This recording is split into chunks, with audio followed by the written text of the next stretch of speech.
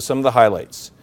Compared to 2013, revenue growth was down. In terms of comparing your last 2 fiscal years, did you grow, did you stay the same, and did you shrink? If you looked at 55.6% said they grew revenue. That's the smallest percentage increase since 2010. That says something. And again, remember, this is a survey that goes to firms of vastly different sizes, but to some degree, that reflects a little bit what happened with the AmLaw, the PA firms that are in the AmLaw 200. And as you can see, last year, 72.4% said they grew revenue from the prior year. And it's actually, it's fairly down. I mean, it's been, 72, 62, and 70%. Then you go back to 2010, which is 46%. And as you can see, 50% saw net profits increase, which is down sharply from 2013. We had 64.3% said they saw an increase in net profits.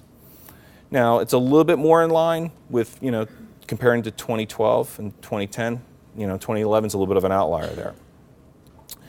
Profits per equity partner, which is the one metric that people roll their eyes about, and we know that some people play and manipulate it.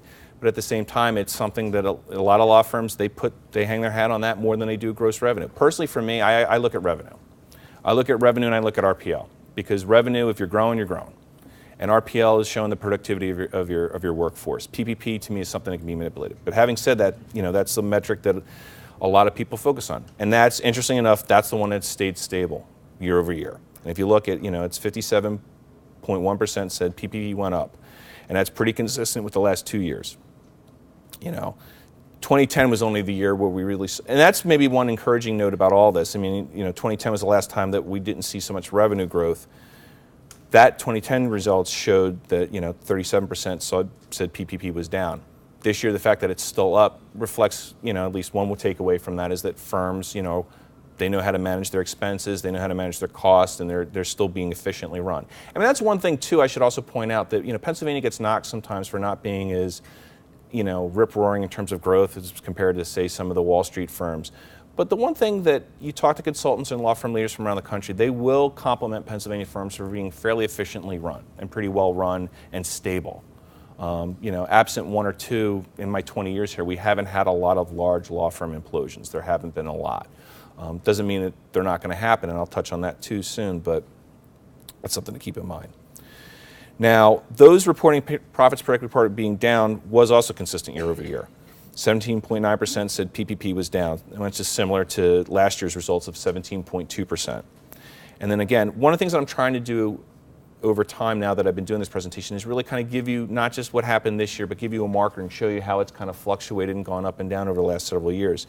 But PPP has been, in terms of who's been down, that's actually been fairly consistent, And again, 2010 was the real, reflecting on after 2009, was really the roughest year when 30% said PPP was down. Now, here's the interesting thing, and this is the one that if there's any pause other than the revenue statistic, I would look at this one.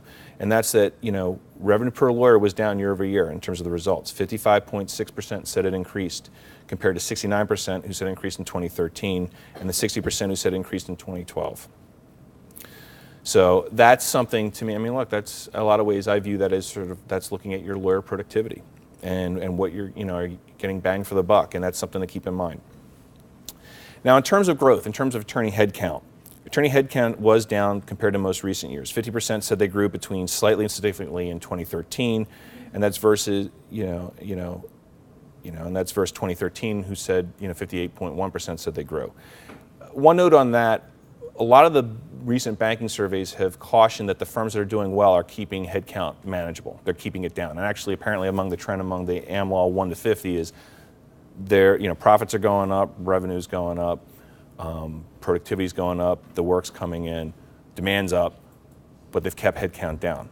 Again, which to me is also a little counterintuitive because these are some of the largest firms, but it's interesting. So I don't know, in past years sometimes that's viewed as sort of maybe a slightly cause for concern. Based on the banking surveys, I would view that more as an encouraging sign that the PA firms have got things under control. They're not growing just for the sake of growing. They're getting the work out of the existing people that they have, and they're being smart about it.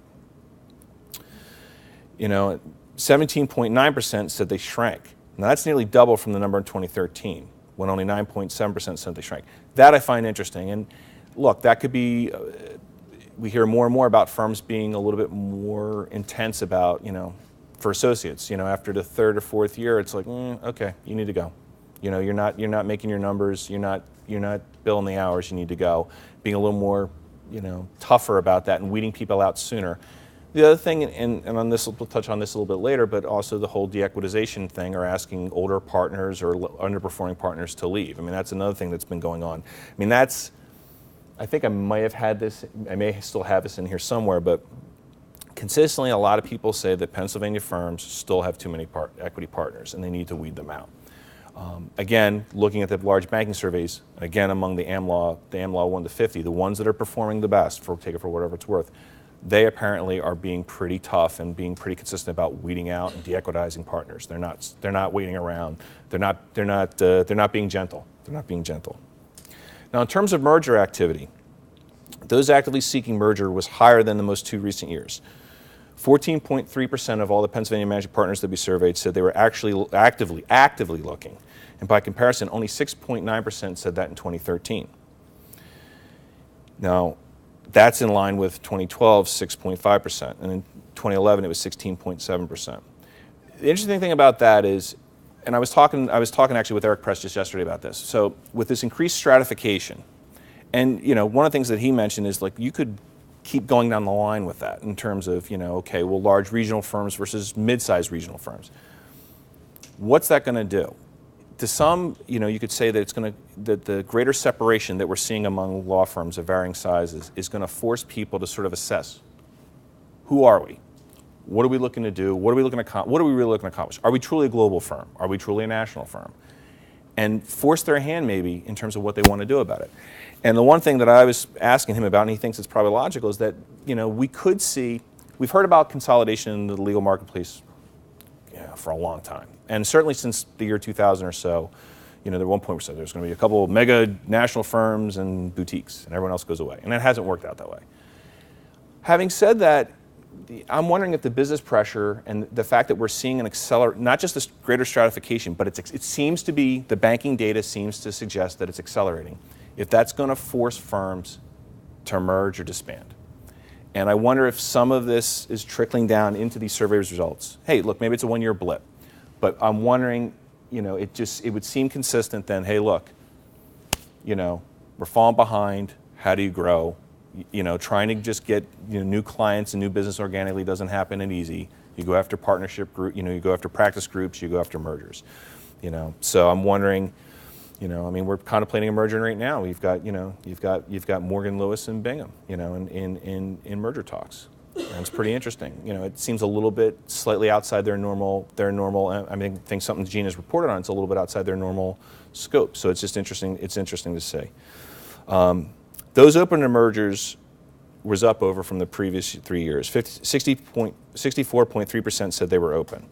And if you looked at it from the past couple years, it's ranged anywhere from 53% to 58%. Of those looking, 66.7% were looking on the East Coast cities.